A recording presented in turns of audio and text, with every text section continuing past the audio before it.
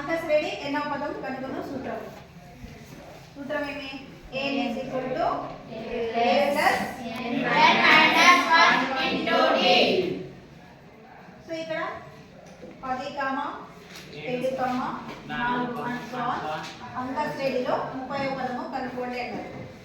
So 30వ పదం కనుక్కోండి అంటే సూత్రము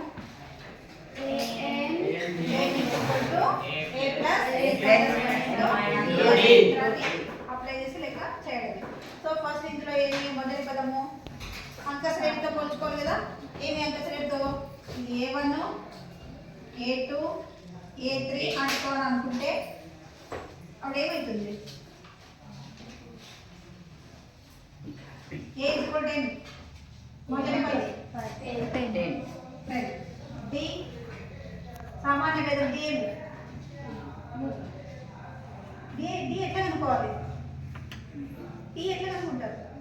డి ఎట్లా కనుక్కుంటారు? రెండవ పదం అంటే A2 మైనస్ A1 చేస్తారు కదా, అవునా? So D is equal to minus అంటే 3 teachers 7, A1 అంటే 10, డి ఈజ్ ఈక్వల్ టు ఎంత?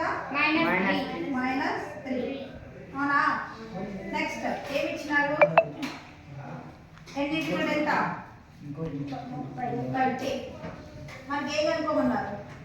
30వ పదం అంటే ఏమి?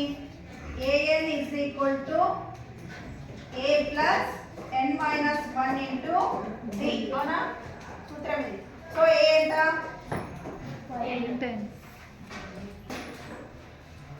n అంటే 30. a అంటే ఎంత?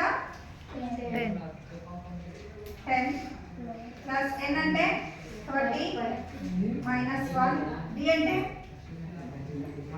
ఎంత? మైనస్ 3, అవునా? చూడండి 10 ఫస్ట్ బ్రాకెట్ లో ఉండేది చూసుకోవాలి. 30లో నుంచి ఒకటి పోతే 29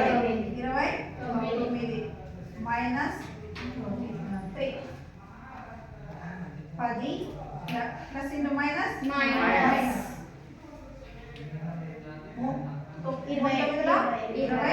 3 2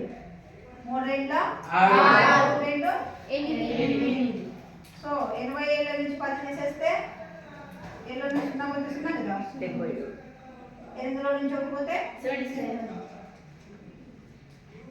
teacher ఏం పెద్దదా ఏం గుర్తుంది? మైనస్ ఇదేంటి?